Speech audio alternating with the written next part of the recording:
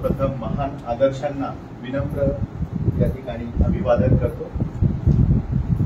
आजच्या या कार्यक्रमाचे सूत्रसंचालन करते माझे मित्र आदरणीय धर्मचारी नंदकराजा, या आपल्या केंद्राचे चेअरमन माझे दुसरे मित्र आदरणीय धर्मचारी सत्यकुमार, उपस्थित सर्वच आदरणीय धर्मचारीगण, धर्मचारिणी, धर्ममित्र, त्याचबरोबर धर्मसहायक बंधू भगिनी व बालमित्रांना मैत्रीपूर्ण जय भीम, नमो बुद्धाय।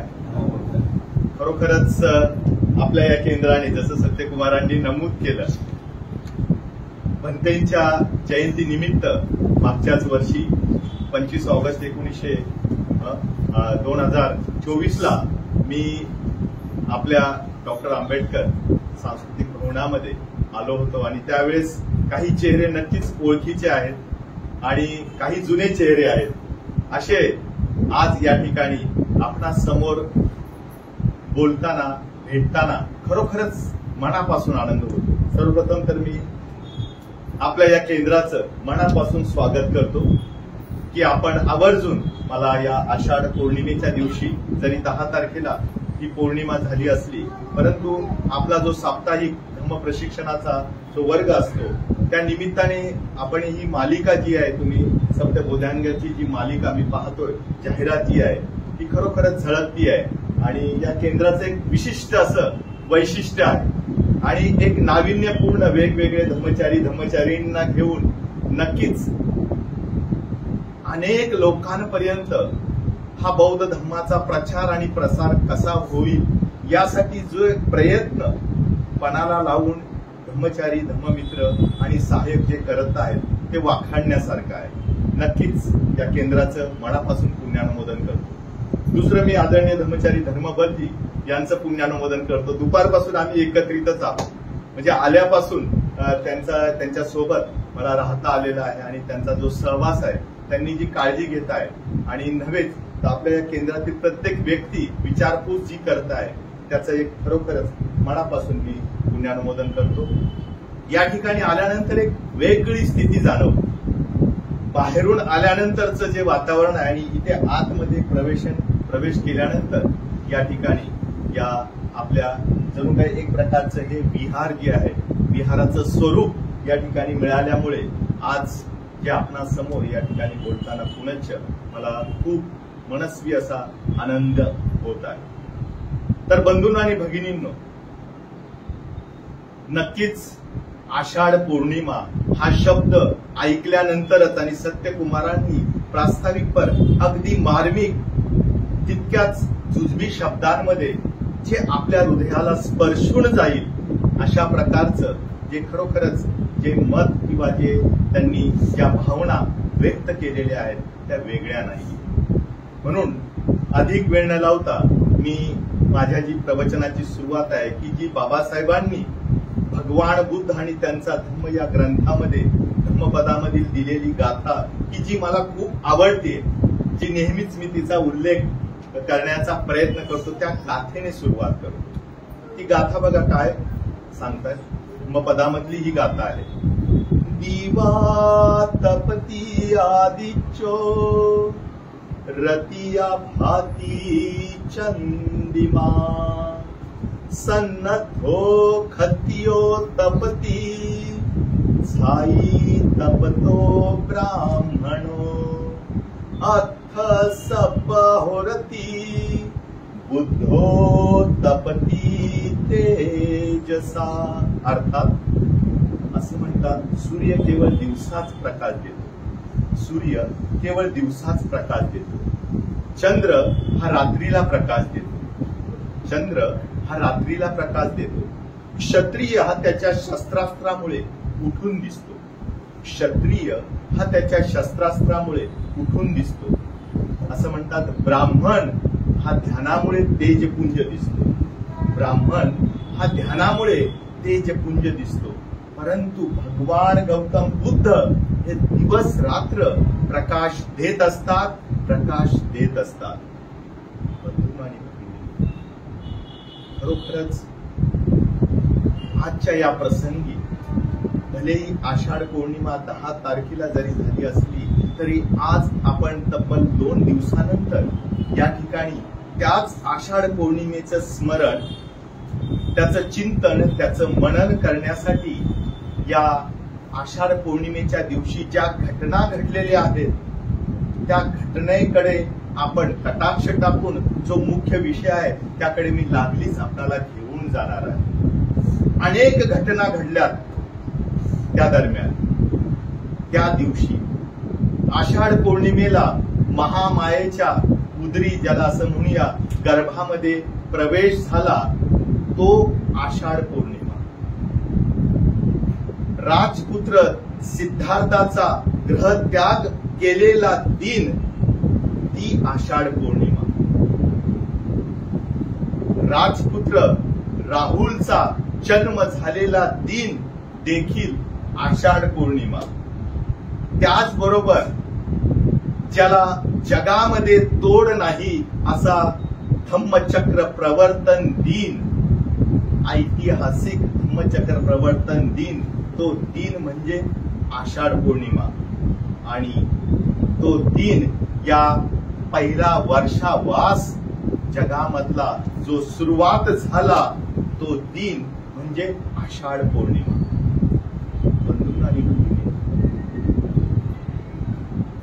या घटना ऐकल्यानंतर आपल्या मनचक्षुपुढे, आपल्या डोळ्यापुढे, आपल्या हृदयाला जो ऐतिहासिक धम्मचक्र प्रवर्तन हा शब्दच आपणासाठी नव्हे तर आम्हा सर्वांसाठीच प्रेरणादायी, अंतर्मुख करणारा, ढवळून टाकणारा नव्हे तर अधिक विचार करायला भाग पाडणारा असा तो दिन आहे की ज्या दिनी तथागतांनी 5 सोबत्यांना, त्यांच्या 5 मित्रांना पुन्हा भेटण्यासाठी जी ज्ञानप्राप्ती केली होती,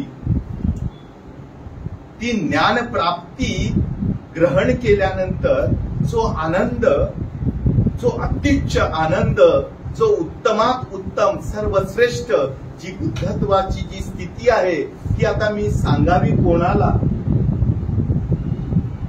आणि त्याच वेळेस त्यांना लक्षात आलं की माझे जे गुरु होते, 2 गुरु आपल्याला ठाऊक आहे, उद्दक रामपुत्त आणि आलार कलाम यांच्याकडे जावं आणि त्यांना माझा जो अनुभव आहे किंवा जी ज्ञानप्राप्ती झालेली आहे ती कथन करावी.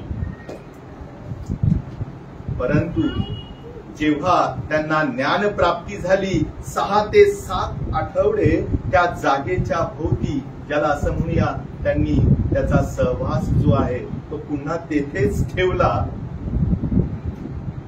सर्वप्रथम त्या वृक्षाला कृतज्ञतापूर्वक वंदन केलं की ज्या वृक्षाने, ज्याला आपण बोधी वृक्ष म्हणतो, ज्यांनी मला आसरा दिला, सहारा दिला, माझं संरक्षण केलं, ज्याच्या जागेने मला ज्ञान प्राप्ती करण्याची संधी मला प्राप्त झाली. बंधू आणि भगिनींनो, लक्षात घ्या, बुद्ध होते ते, त्यांनी जो त्यांचा अनुभव आहे, जो त्यांची जी दिशा आहे ती किती कुतूहलतेने, किती एकाग्रतेने आणि किती चिंतनशील भावनेने ही कृतज्ञता त्या बोधी वृक्षाप्रती व्यक्त केली.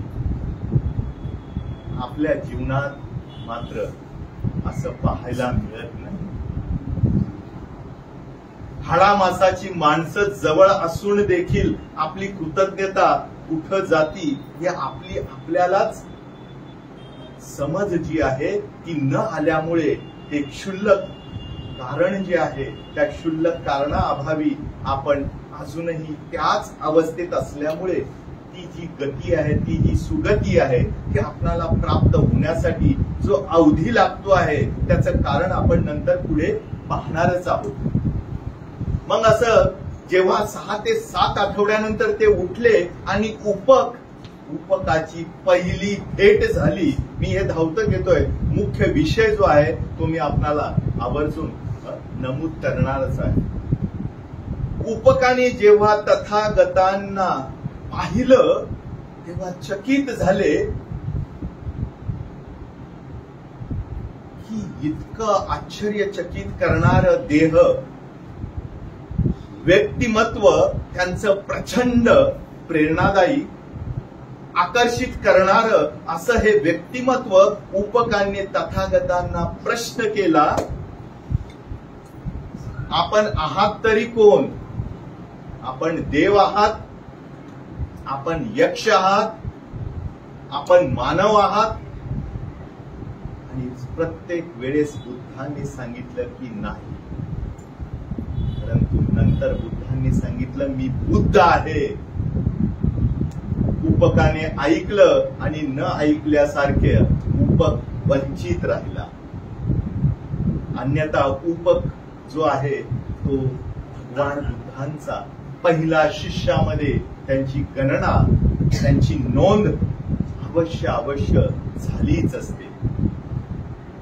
2567 वर्ष झाले, आपण देखील त्यामध्ये तर नाही ना.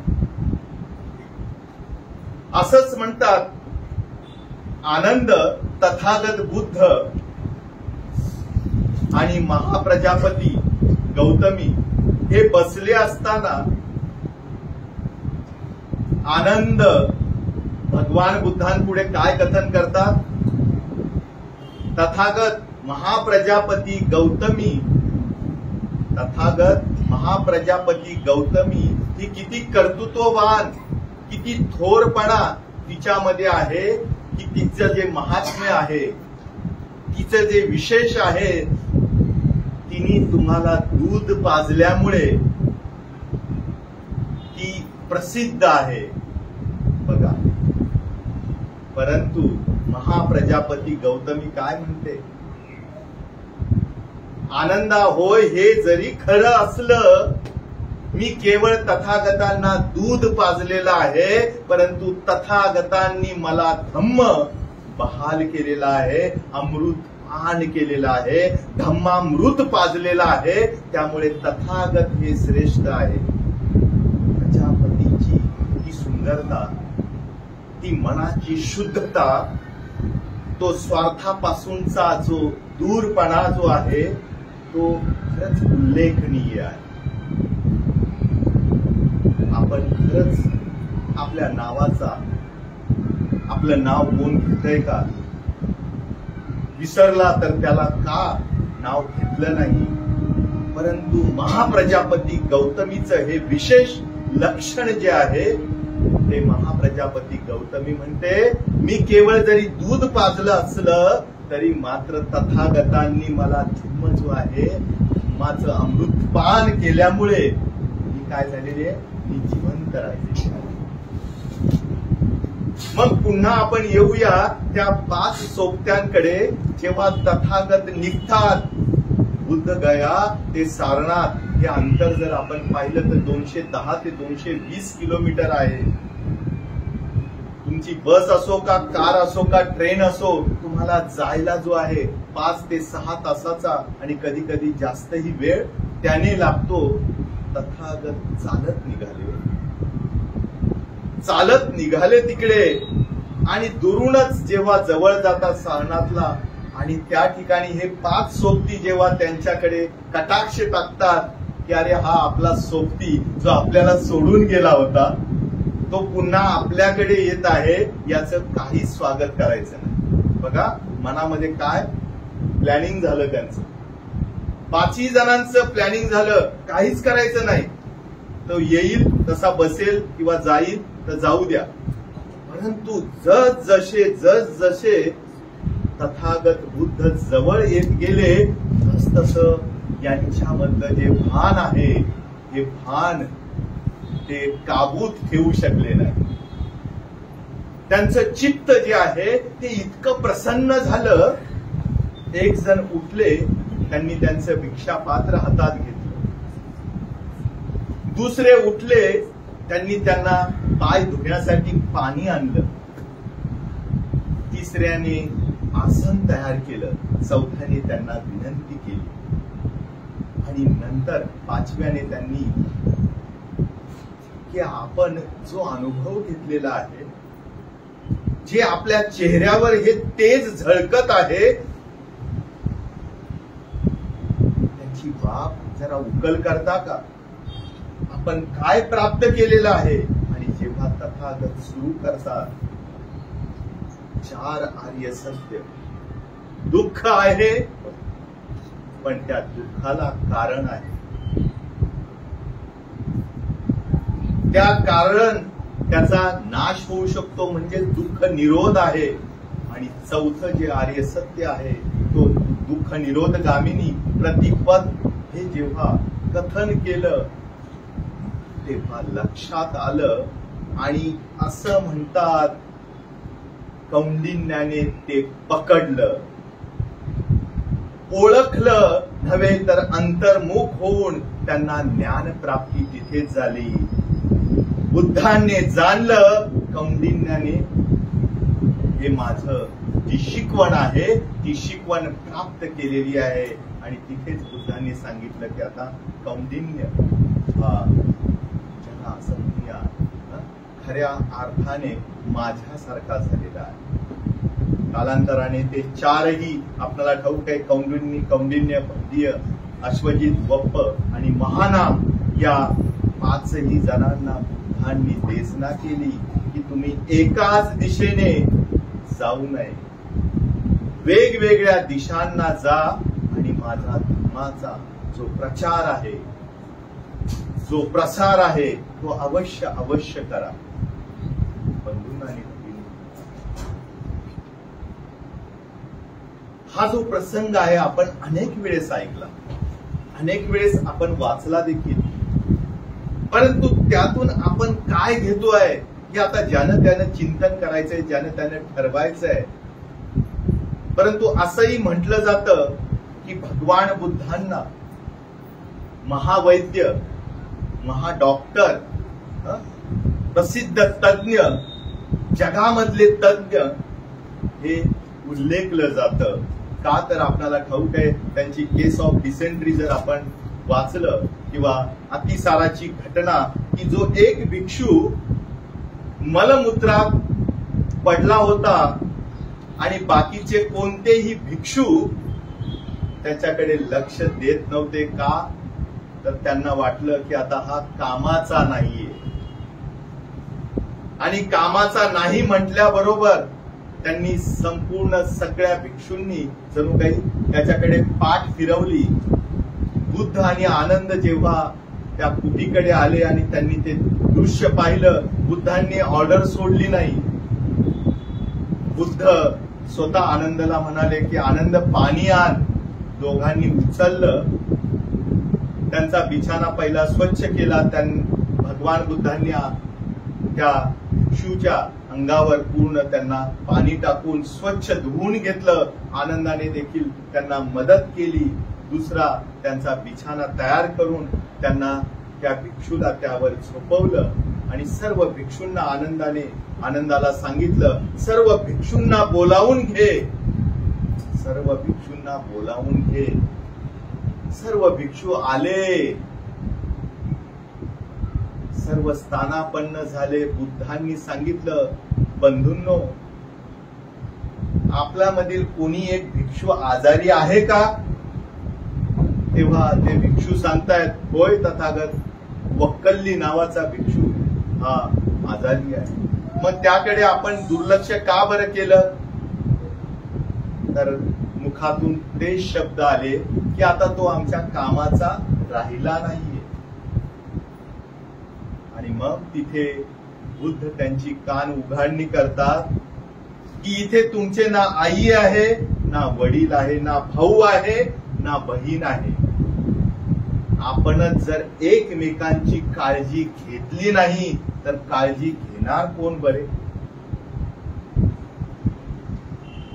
बंधूंनो आणि भगिनींनो, ही घटना इतकी क्रांतिकारक आहे, आम्हाला चपलक देणारी आहे.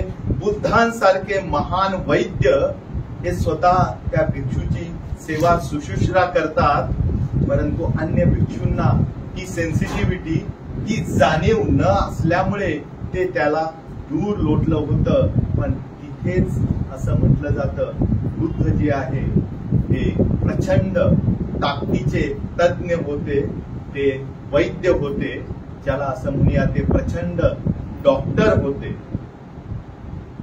मग आता आपणाला थोडासा विषयाची झलक कदाचित थोडी लक्षात आली असेल की माझा जो विषय आहे आजचा तोच आहे वैद्य आणि रुग्ण. आजारी ज्याला आपण रोगी म्हणतो ते आणि डॉक्टर. त्याचे काही प्रकार आहेत. त्याचे काही प्रकार आहे आणि बुद्ध स्वतः म्हणतात जी जी अप्रबुद्ध व्यक्ती आहे ती रोगी आहे. म्हणजे जे जे बुद्धत्व ज्यांनी ज्यांनी प्राप्त केलेलं नाहीये ते काय आजारी आहेत. आता आपण विचार करायचा, आपण जर बुद्धांच्या ठिकाणी जर असू नाही का, आपण बुद्ध असू तर कदाचित नाही का तीच व्यक्ती त्याला ओळखू शकते. तर ही जी स्थिती आहे, तर मग आता रोग्यांचे विशिष्ट प्रकार आहेत, वेगवेगळे प्रकार आहेत. आणि आपल्याला ठाऊक आहे आज माणसाच्या मूलभूत गरजा ज्या आहेत त्यात चौथी बाब जी आहे ती अजून येऊन टपकलेली आहे. आपल्याला माहिती आहे रोटी कपडा और मकान आहे. मकान सोबत आता दवाई देखील म्हणजे टॅबलेट जे आहे, गोळ्या आहे, औषधं आहेत. आता काय झालेलं आहे हे घराघरामध्ये काय झालेले ते घ्यावं लागत आहे. म्हणजे ही जी गरज आहे आता ती वाढलेली आहे. म्हणजे अन्न वस्त्र निवारा आणि औषध हे आता काय झालेलं आहे. आज आम्ही त्याला असं म्हणूया, मग तुमचं वाढतं वय असू द्या, तुमचं कोणतंही निमित्त असू द्या, आज काय झालेलं आहे आजारपणाला मनुष्य जवळ जवळ चाललेला आहे. आजारपणाच्या जवळ चाललेला आहे. म्हणजेच आपण काय आहोत आता सध्या रोगी आहोत किंवा आजारी आहोत. आणि जे डॉक्टर आहेत जेव्हा वेळ येते नाही का, तर वेळ येते डॉक्टरांकडे जाण्याची आणि रुग्णांचे वेगवेगळे प्रकार आपण आज पाहणार आहोत. त्यामध्ये आपण कोणता रुग्ण आहोत कृपया स्वतःला मनाला ते लावून घेऊ नका. हे जे रुग्णांचे प्रकार आहेत त्यामध्ये खरंच आपण कोठे बसतोय त्याची थोडी जाणीव आपल्याला होतीये का. आणि आजच्या या आषाढ पौर्णिमेच्या दिनी आपण खरंच काय घेऊन जाणार आहोत. तर असं म्हणतात पहिला जो रुग्ण आहे, पहिला जो रोगी आहे तो म्हणतात डॉक्टरकडे तर जातात. बघा डॉक्टरकडे तर जातात, परंतु डॉक्टर जे सांगतात ना, जे लिहून देतात प्रिस्क्रिप्शन, जे ज्याला असं म्हणूया काउन्सिलिंग करतात, जे सांगतात त्याच्यावर याचा विश्वासच नसतो. त्यामुळे तो डॉक्टरकडे किती तज्ञ डॉक्टरकडे जाऊ द्या, एमडी डॉक्टरकडे जाऊ द्या, एमबीबीएस डॉक्टरकडे जाऊ द्या, एमएस डॉक्टरकडे जाऊ द्या, पण त्याच्यावर ह्याचा विश्वासच नाही. त्यामुळे तो काय करत आहे, औषध पण घेत नाही आणि तशा पद्धतीने राहत पण नाही. त्यामुळे त्याच्या प्रकृतीमध्ये सुधारणा ही होतच नाही. बंधूंनो आणि भगिनींनो, ही गोष्ट आपण थोडीशी आपल्या मनाला विचारून पाहू. आपला जर विश्वासच नसेल तज्ञांवर, बुद्धांवर, बाबासाहेबांवर, भूतेंवर, तर आपलं कितीही येणं असू द्या इथे, माझ्यासारख्याच पण कितीही वर्ष येऊ द्या, पण जुम्मे के जुम्मा आपण असू. भगवान बुद्धांनी आपल्याला ठाऊक आहे सांगितले त्याच्या धर्माचं जे तत्व आहे, एही पस्सिको, या आणि पहा. आपण काय करतो, येतो खरा पण खऱ्या अर्थाने पाहत पण नाही. आणि पाहिलं तरी त्यामध्ये देखील काय असतो, आपला भाग असतो, विशिष्टच भाग असतो. आणि हा विशिष्ट भाग आपणाला नक्कीच आपला जो विश्वास आहे तो अविश्वासामध्ये कधी बदलतो हे समजत नाही. तुम्हाला माहिती आहे त्यात दोन भिक्षूंची कथा. नदी पार करायची असते हो. एक ज्येष्ठ भिक्षू, आपण अनेकांनी ऐकलेली आहे ती नाही का, एक ज्येष्ठ भिक्षू आणि एक तरुण भिक्षू नदीचा पैल तीर पार करायचा आहे. आणि एक तरुणी तिथे येते. तरुणी विनंती करते दोघांना की मला कृपया, मला देखील तिकडे नदीच्या पल्याड जायचं आहे, नदीच्या पल्याड जायचं आहे. वृद्ध भिक्षू तिचं ते मान्य करतात, तिला खांद्यावर घेतात आणि बैल तीरावर सोडतात. आणि तरुण भिक्षू मात्र बघत बसतो. आणि हे काय चाललं? येईपर्यंत कुटीमध्ये प्रवेश केल्यानंतर त्या तरुण भिक्षूला राहवत नाही. म्हणतात, भिक्षू महाशय, तुम्ही काय केलं आज? म्हणले, काय केलं?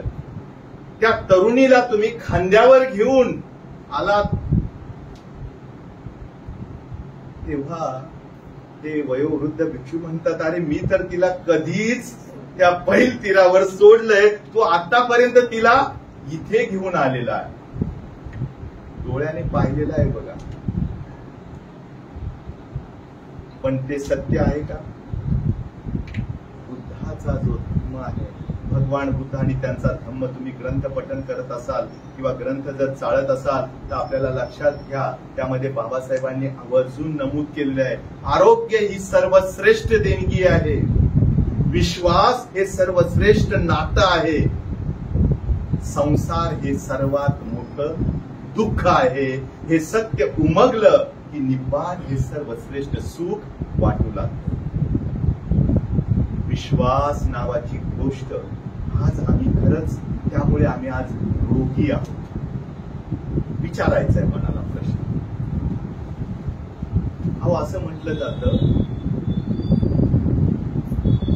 मुंगीला कोणाच्या घरी एखादं आमंत्रण द्यावं लागतच नाही. साळुंखे सरांनी खूप मार्मिक सांगितलेलं आहे. मुंगीला म्हणतात, त्या गुळ खायला ये असं आमंत्रण द्यावं लागतच नाहीये. ती आपोआप काय जाते, ते गुळाच्या ढेपेकडे आवर्जून चालली जाते. जर मुंगीला हे समजू शकतं तर तुमच्यासारख्या आमच्यासारख्या माणसाला का बरं समजू नये? ही गत खरंच रोगी जे आहेत, आजारी जे आहेत, आम्ही का आजारी आहोत तर त्याचं कारण आम्ही पाहत नाही. विश्वास न ठेवल्यामुळे आम्ही आजारी बनत चाललोय. दुसऱ्या प्रकारचा रोगी, वेळ होत आहे त्यामुळे मी थोडस, दुसऱ्या प्रकारचा रोगी, हा रोगी जातोय बरं का डॉक्टरकडे. डॉक्टर सांगतात, लिहून देतात, सगळं काही सांगतात, पण याची अंधश्रद्धाच असते. त्यांनी सांगितलेलं सगळं काही फक्त डॉक्टरच्या नावापायीच जातात, पण काही स्वतः लागू करून घेत नाही. अंधश्रद्धा फक्त. आणि भगवान बुद्ध म्हणतात, बुद्ध धर्मामध्ये अज्ञानी मनुष्य जो आहे ना, तो आंधळ्या माणसासारखा आहे. हातामध्ये काठी आहे, पण त्याला कुठं जायचंय, कोणता रस्ता पकडायचा आहे, कोणत्या रस्त्यावर गेलं पाहिजे, आपलं ध्येय कुठं आहे हेच त्याला माहिती नाही. तशा प्रकारचा हा रोगी जो आहे ना, तो अंधश्रद्धाळू आहे. मग इतका अंधश्रद्धाळू आहे की मग त्याला लक्षात येतं की इथं जे अगरबत्तीची ही राख पडलेली आहे, ती राख आपल्या मुलाला लावावी, ती राख आपल्या पुडीमध्ये बांधून न्यावी, बोधी वृक्षाचं पान आपल्याकडे न्यावं आणि ते जणू काही रोज त्याची पूजा करावी. मग ह्या रोग्यामध्ये आणि आपल्यामध्ये खरंच काय फरक आहे का? हा जो रोगी ज्या डॉक्टरवर अंधश्रद्धा ठेवून उपचारासाठी स्वतः प्रयत्न काहीच करत नाही, आणि अशा प्रकारचा हा रोगी जो आहे, हा रोगी काय करतोय, फक्त डॉक्टरकडे जातोय रेग्युलर, परंतु उपचारासाठी मात्र तो सज्ज होतच नाही. तिसऱ्या प्रकारचा रोगी, हा डॉक्टरकडे जातो, सगळं काही प्रिस्क्रिप्शन वगैरे सगळं वाचतो, सगळं पाहतो आणि त्यानुसार करण्यासाठी त्याला असं म्हणूया की केवळ तो वाचूनच समाधान मानतो आणि ह्या वाचल्यामुळे त्याच्यामध्ये सुधारणाच काही घडत नाही, कारण की तो गोळ्या ज्या वेळेत सांगितलेल्या ते घेत नाहीये आणि ते न घेतल्यामुळे त्याच्यामध्ये सुधारणाच होत नाहीये. आणि त्यामध्ये आपल्याला पाहता येईल की मग असेही आपल्यामध्ये लोक आहेत की जे अनेक ज्याला असं म्हणूया बुद्धीने प्रकांड पंडित आहेत, प्रचंड ज्याला असं म्हणूया विद्वत्ता त्यांनी प्राप्त केलेली आहे, परंतु आचरणाच्या नावाने मात्र शून्य आहे. आचरणाच्या नावाने मात्र काय शून्य आहे. आणि इथे एक प्रसंग जो आहे महाप्रजापती गौतमीचा मी पुन्हा संदर्भ देतोय. तथागतांना महाप्रजापती विचारते की मी नेमकं ऐकावं कोणाचं, हे श्रमण येतात ते सांगतात बुद्धांचा धर्म असा आहे, बुद्धांचा धर्म तसा आहे, ते ब्राह्मण येतात ते दुसरं सांगतात, तिसरा व्यक्ती अजून येतो तो चौथंच सांगतो. मी ऐकायचं कोणाचं, कोणावर विश्वास ठेवावा. बुद्ध अगदी साधं सोपं सुटसुटीत करून सांगतात, जो मार्ग असत्यापासून सत्याकडे नेणारा आहे, जो मार्ग अज्ञानापासून ज्ञानाकडे नेणारा आहे, जो मार्ग अंधारापासून प्रकाशाकडे नेणारा आहे, ती जी योग्य शिकवण आहे ती माझी आहे अशी धरून चाल. बंधूंनो आणि भगिनींनो, आपणाला खरोखरच बुद्धांसारखे, बाबासाहेबांसारखे, पूज्य भंते उर्गेन संघर्षितांसारखे महान असे गुरु लाभलेले आहेत. मग जर या महान गुरूंचा वारसा जर आमच्यासाठी इतका त्यांनी देऊ केलेला आहे, परंतु आजही त्याचा उपयोग, त्याचा सदुपयोग आम्ही केव्हा केव्हा करतो बरं? कोणत्या वेळेस आम्ही करत असतो ही बाब आम्ही आवर्जून लक्षात घेतली पाहिजे. त्यानंतरचा रोगी असं म्हटलं जातं की हा रोगी असं समजतो मैं तंदुरुस्त हूं, मुझे कुछ भी हुआ नहीं, आदमी को दर्द नहीं होता, अशी त्याची भाषा जी आहे. आणि त्यामुळे तो डॉक्टरकडे जरी गेला, भले तो आजारी असला, पण स्वतःची हुशारी, स्वतःचं शहाणपण पणाला लावून तो जी त्याची मर्दुंगी दाखवतो,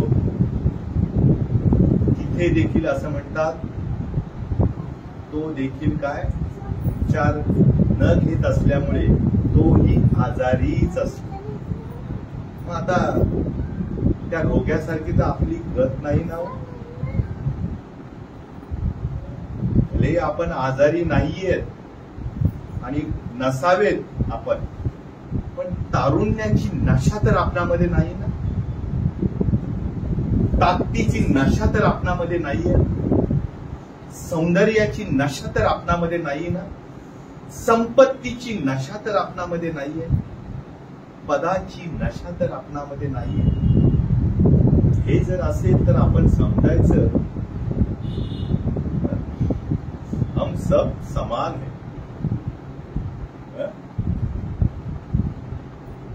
त्यामुळे आम्ही दुःखी आहोत, त्यामुळे आम्ही रोगी आहोत, त्यामुळे आम्ही आजारी आहोत.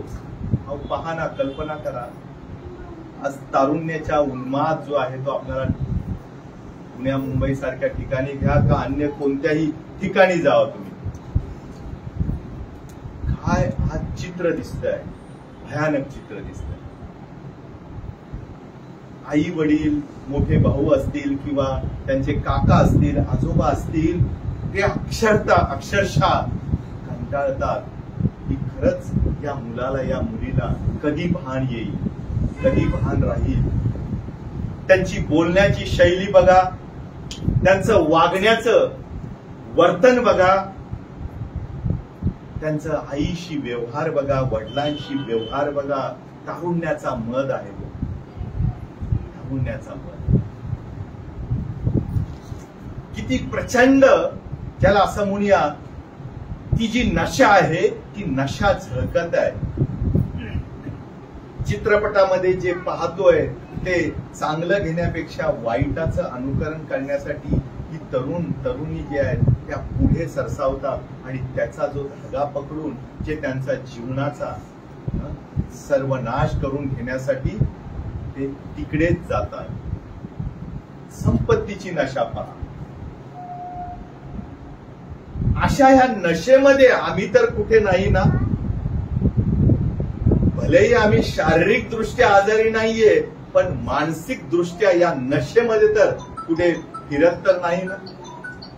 आणि हा देखील रोगी जो आहे हा कधी बरा होत नाही. कारण या नशेचं जे थैमान आहे, या नशेचं जे भूत आहे ते त्याने इतकं पांघरून घेतलेलं आहे, त्यामुळे त्यातून तो बाहेरच येत नाही. नंतरचा जो रोगी आहे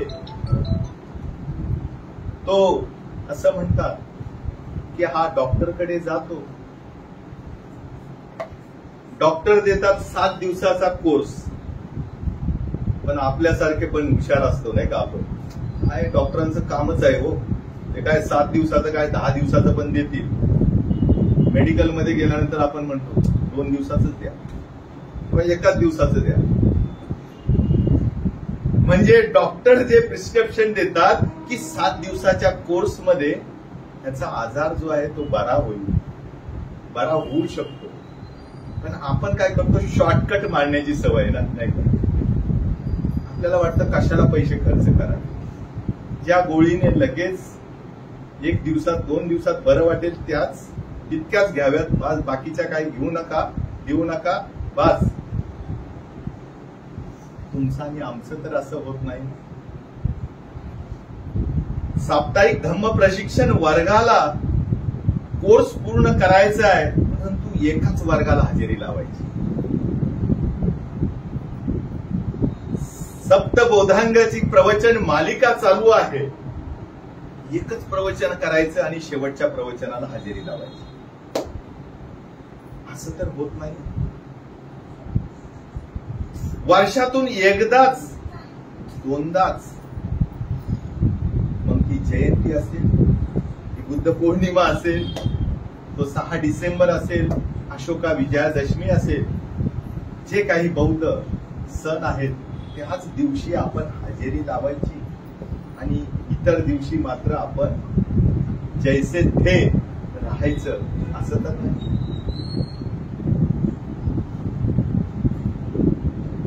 हीच बाब आम्ही लावून पहावी तितकी खरंच गरजेची आहे, की जी आम्हाला हे डॉक्टर जे आहेत, बुद्धांसारखे, बाबासाहेबांसारखे, पूज्य भंते उर्गेन संघर्षितांसारखे, ज्यांनी आम्हाला औषधं, जालीम औषध दिलेलं आहे, या जालीम औषध घेण्यापासून आम्ही आजही वंचित का राहत चाललेलो आहे, त्याला ही कारणं आहेत अशी. आणि नंतरचा जो रोगी आहे म्हणतात, हा रोगी काय करतो, जातो डॉक्टरकडे हो,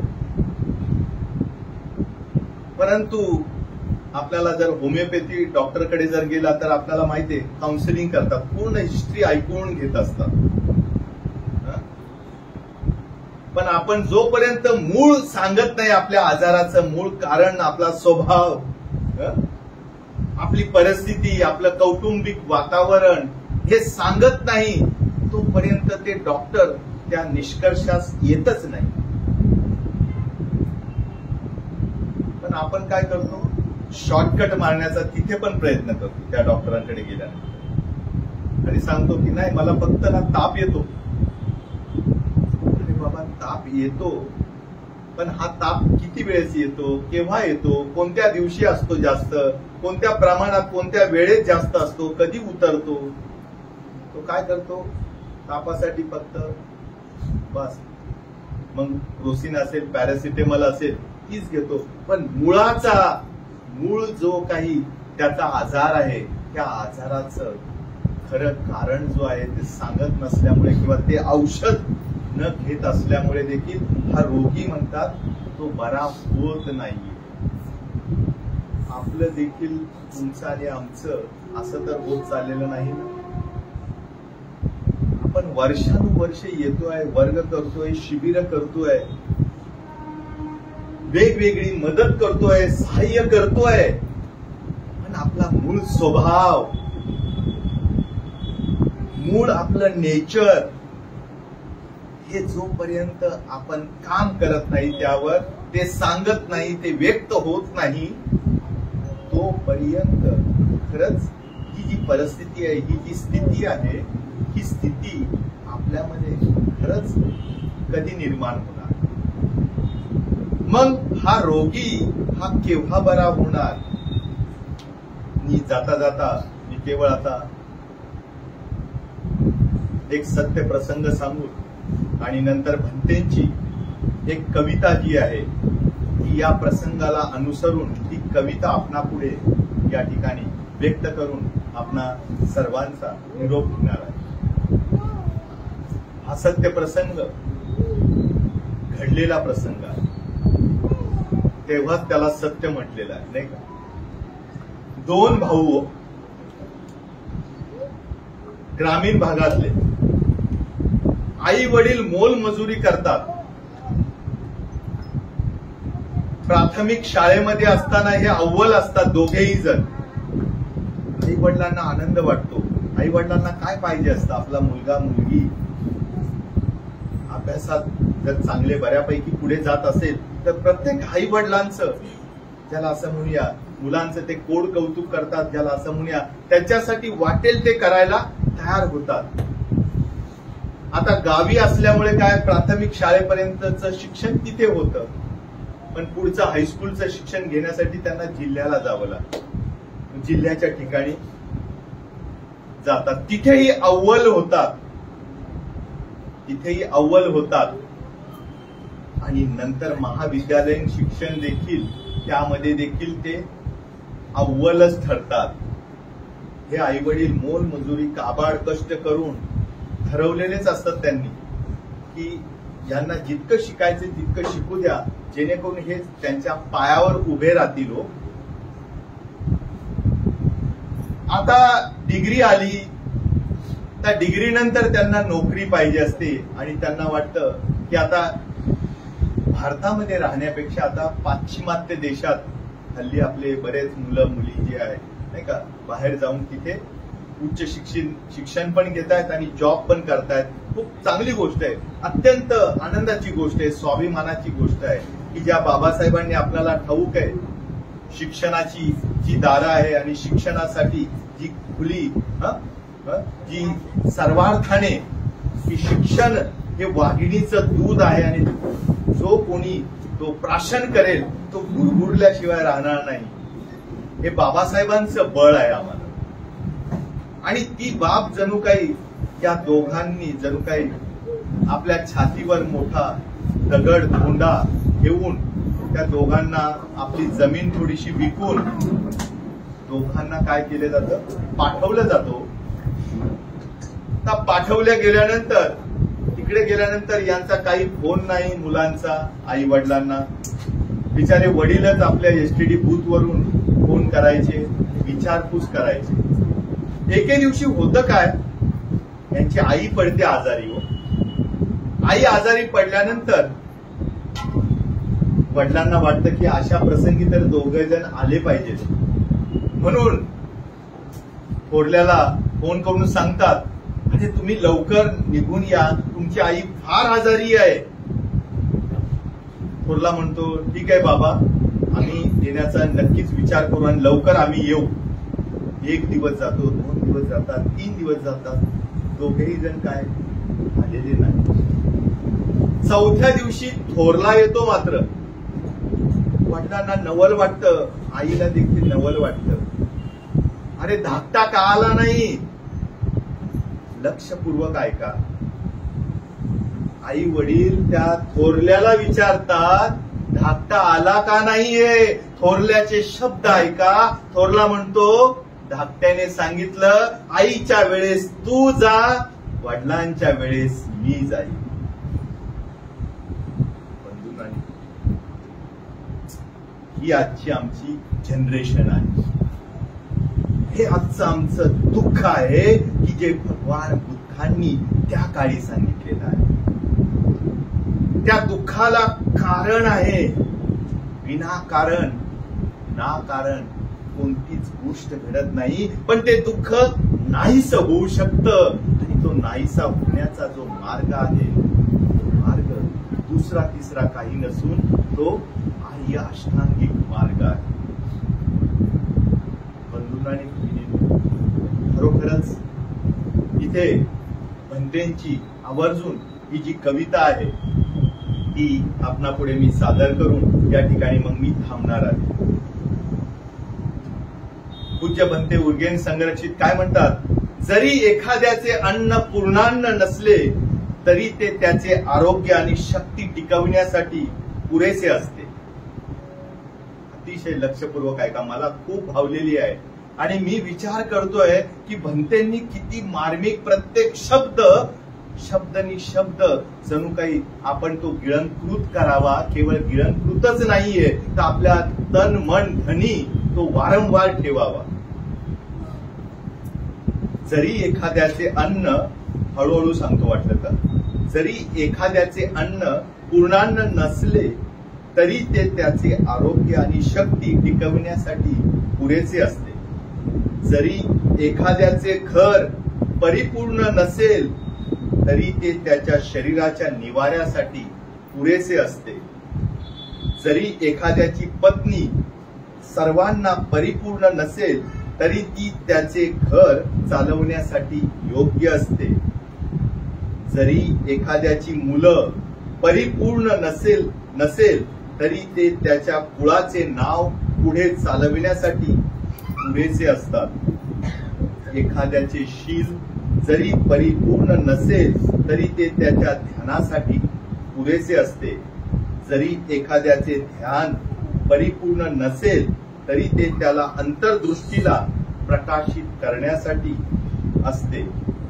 एखाद्याची अंतर्दृष्टी जरी परिपूर्ण नसेल तरी ती भौतिक अस्तित्वाची शून्यता स्पष्ट करण्यासाठी पुरेशी असते. एखाद्याचा गुरु जरी परिपूर्ण नसेल तरी तो त्याला योग्य मार्ग दाखवण्यासाठी पुरेसा असतो. एखाद्याचे शब्द जरी परिपूर्ण नसेल तरी ते संपर्क ठेवण्यासाठी पुरेसे असतात.